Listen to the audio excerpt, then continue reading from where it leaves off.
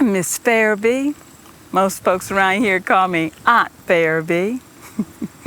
I got so many nephews and nieces around here, I can't even count all of them. I'm an aunt to all of them. Yeah, most people have been in this swamp area, maybe just a little bit, but I've been here all my life. All my life seems like. My mom and dad, they were enslaved. And that was the only thing they ever thought about wanting, freedom. And one day, my dad and my mom escaped to this area, the Dismal Swamp. And I sure know why they call it dismal. It's a dismal swamp, all right. But this has been home for me all my life. See, when I came here as a little child, I didn't know anything else but this. My mom and dad knew the plantation, but this is all I've ever known. These murky waters, all the animals that live around here. We got everything from bears to bobcats. We got turtles, we got white-tailed deer, you name it, we got it out here. I think I've seen some of all of it too. You know, they call me a medicine woman sometime, because I'm good with potions.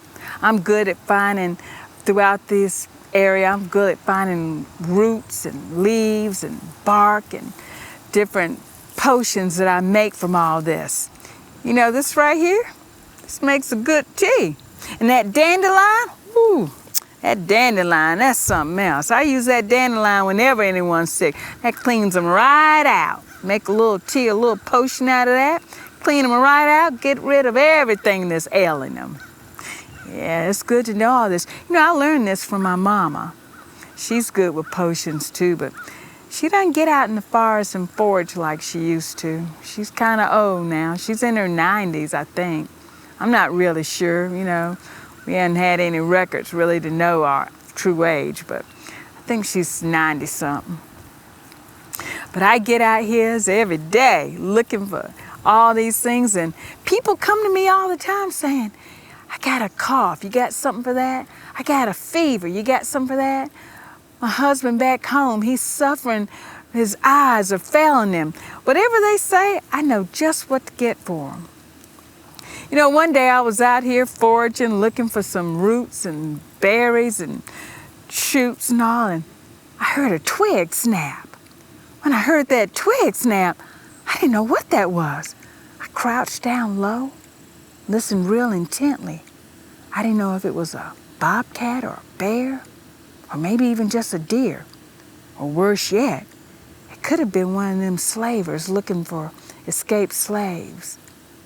You know, there are a lot of people out here in the Dismal Swamp. I've known this is my home. I've lived here. But there are a lot of people that come through here that are headed north for their freedom. I've been free all my life because my mom and dad came here.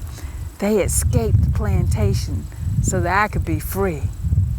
And living here free, I don't know anything else, but it's a good life to me. I know these swamp areas like I know the back of my hand.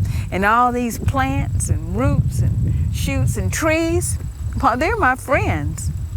You know, when I get out here sometime, I'm all by myself, I get to singing.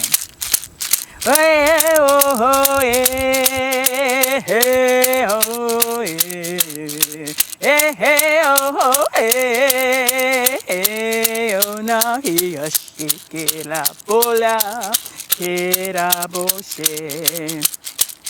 Well, that's enough of singing. You probably ain't interested in that, but that's how I entertain myself when I'm out here. You know, just having a good time, here in nature. You know, my mom and dad wanted me to be free, and that's just why they came out here. And I was a Christian, and if it wasn't for the good Lord, I'd probably be caught and sent back to some plantation I ain't even been to. But the good Lord takes care of me all the time. I trust in him, and he's been a good friend all these years.